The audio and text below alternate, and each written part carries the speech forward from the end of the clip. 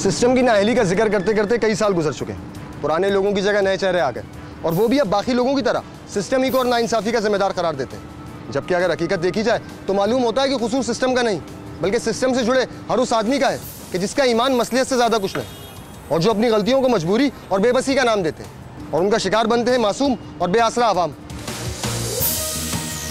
कहा जाता है कि सिर्फ कानून के पेशे से वाबस्ता अफराद ही को नहीं बल्कि आम शहरियों को भी कानून की मालूमात और समझबूझ होनी चाहिए। मगर क्या किसी ऐसे माशरे में जहाँ शराखवानदगी हैरानकुन हद तक कम हो, जहाँ अपना नाम लिखने वाला फर्द ख्वानदा समझा जाता हो, ऐसी सोसाइटी में किसी से ये उम्मीद या तवक्का रखना कि वो कानूनी दावपेच से वाकफियत रखे नामुमकिन और नाकाबिले अमल बात है। और जब तक माशरे में ख्वानदगी की शरह में इजाफा नहीं होता और मेयार तालीम बुलंद नहीं होगा तब तक आम शहरी कानून के गोरख धंधों में भटकता रहेगा। अगर दिन दहाड़े किसी को घर से बेघर कर दिया जाए और बेआसरा करने के साथ साथ दीगर असियतें देकर उसके दिन रात का सुकून गारत कर दिया जाए तो बेबसी का आलम कुछ ऐसा ही होता है। बंधानी कॉलोनी के रिहायशी मोहम्मद असलम ने आज से 2 साल पहले अपने मकान को तामीर करने की गर्ज से ढाया और कच्ची छत पर आरसीसी छत डाली। और इस दौरान जब वो पहली मंजिल पर 2.5 फीट छज्जा निकालने लगा तो उसके पड़ोसी मोहम्मद अली ने न सिर्फ उसको छज्जा निकालने से रोका बल्कि उसके साथ मारपीट भी की। हमारे लोहे की चादरें डली हुई थी, हमने उस चादरें उतार के छत डाली, पहली छत डाली, उसने छज्जा जो निकाला ना, इतना छज्जा 2.5 फुट का, तो इसने झगड़ा शुरू कर दिया, लकड़ी मकड़ी सब तोड़ दी। इसने जब नीचे से बनाना शुरू किया, जब छत पे मसला आया, सेटिंग लगी, तो मोहम्मद अली साहब ने जो है वो उस पर आके अटैक किया। बोला मैं आपको छज्जा नहीं निकालने दूंगा, ये छज्जा जो है नहीं निकालने दूंगा।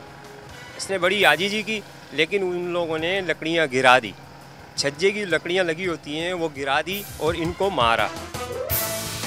जो रिकॉर्ड हमें रिवील कर रहा है, ये बता रहा है, उसमें ये तकरीबन इनकी सीलिंग जो थी उस पर इनका पड़ा हुआ था। इनके फाउंडेशन से लेके अप टू सीलिंग तक कोई नॉर्मल चाह था। जब सीलिंग की बात आई थी तो वहाँ पे छज्जे में इनका रिकॉर्ड के मुताबिक इनका हुआ था मेडिकल, वो भी उसकी भी एंट्री, ये जो रिकॉर्ड मुझे प्रोवाइड किया गया है मोहम्मद असलम की तरफ से, उसकी भी एंट्री मुतलका थाने में है। शुरू में मोहम्मद असलम ने मोहल्लेदारी का ख्याल करते हुए पहले बिरादरी वालों को मसले के हल के लिए दावत दी, लेकिन जब वहाँ बात ना बन सकी तो मोहम्मद असलम ने यूनियन काउंसिल में अपना मसला पेश किया। फिर हम यूसी में गए, यूसी वालों ने मेरे हक में फैसला दिया कि भाई आप जो है ना, आप ये उनका 2 फैसले मेरे पास कि आप 2.5 फुट का ही बनाओ। फिर मैंने इसलिए कि ये झगड़ा करेंगे, मैंने क्या किया, 2.5 फुट का नहीं बनाया, जो मेरे जो था ना मकान की दीवार, उसके साथ ही मैंने रख के छत डाल दी।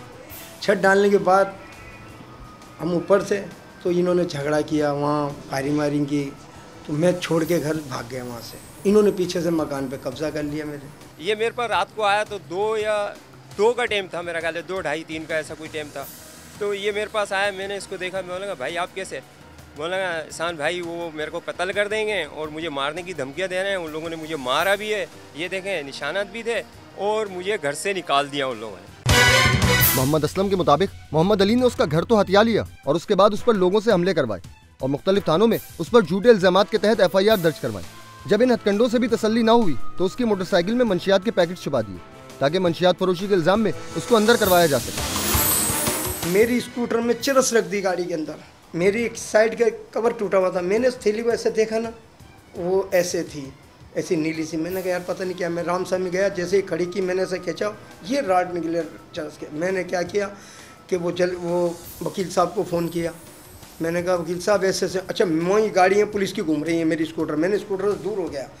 मैंने कहा ये क्या, मैंने फिर वकील साहब ने उस गटर में डाल दो, मैंने गटर में डाल, बोला ये हाथ आ गई, जमानत भी नहीं होगी आपकी। इसके बाद इसके भाई पे अटैक किया, कुछ अर्से के बाद इसके भाई पे अटैक किया, बुलाया, उसको मारा और उसके ऊपर स्ट्रेट फायर किए, जो वो भागा जान बचा के। मेरी स्कूटर के पीछे आने गार्डन पे मुझे रोका, 2 आदमी थे, एक स्कूटर पे 2 आदमी बैठे हुए थे, टीटियाँ लगी हुई थी दोनों के और 2 बगैर उसके थे।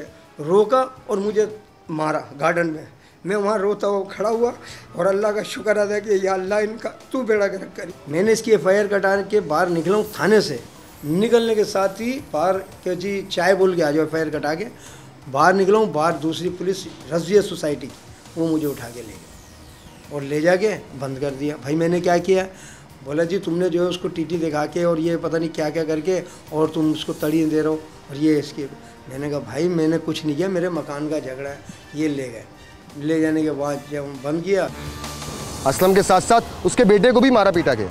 केस के अहम गवाह एहसान और असलम के बेटे को पुलिस की मिलीभगत से जेल की सलाखों के पीछे पहुंचा दिया गया। 117, 107 का केस बनाया हमने, अपनी जमानतें कराई। मेरे 2 लड़के थे, उनका सर फाड़ा, इन्होंने मारा था।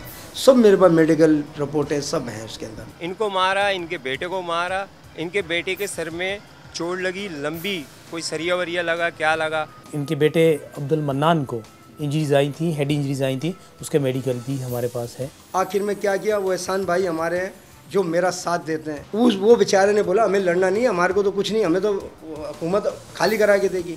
वहाँ से वो निकला इरशाद और 3-4 उसके लड़के उसको इतना मारा, वो इसकी ये आंख सुझा दी, उसका मेडिकल बना हुआ है। मेरा कोई नहीं है, सिर्फ एक एहसान भाई है या वकील साहब, कोई भी नहीं है। उसको रात के 2 बजे कार लिफ्ट ने पहले मुझे उठाया, मैं जेल ईद से पहले जमाना, अब उसको उठवा दिया कार टैक्स। हमें गिरफ्तार मेरे अपने घर से किया था। और इन्होंने शो क्या कराया है? शो किया चाइना ग्राउंड से, कहीं से गिरफ्तार किया है। मोहम्मद अली नामी शख्स के बारे में इन लोगों का कहना है कि ये गैर कानूनी सरगर्मियों में मुलव्विस है। ईरानी डीजल की तरसील के लिए इसने अपने घर में ही बड़ा टैंक रखा हुआ है। उसने वो काले काम का एक टैंकर भी दबाया है जिसमें वो डीजल ला के डालता था। जब से ये फड्डा शुरू हुआ है उसने वो काम सारा वहाँ से मोहल्ले से बंद कर दिया। ये 2 नंबर काम करता है डीजल के, ईरानी डीजल, और ये इनकी गाड़ियाँ 20-22 इसके पास गाड़ियाँ हैं, सब चोरी का काम है। कोई एजेंसी इसको पकड़ने वाली नहीं है, कोई भी नहीं है। एक ये खुद कहता है, मैंने उसको बोला मैं कि ये तेरे को बोला मैं 1 लाख रुपए महीना वो देता हूँ, तो हाथ तो डलवा के दे।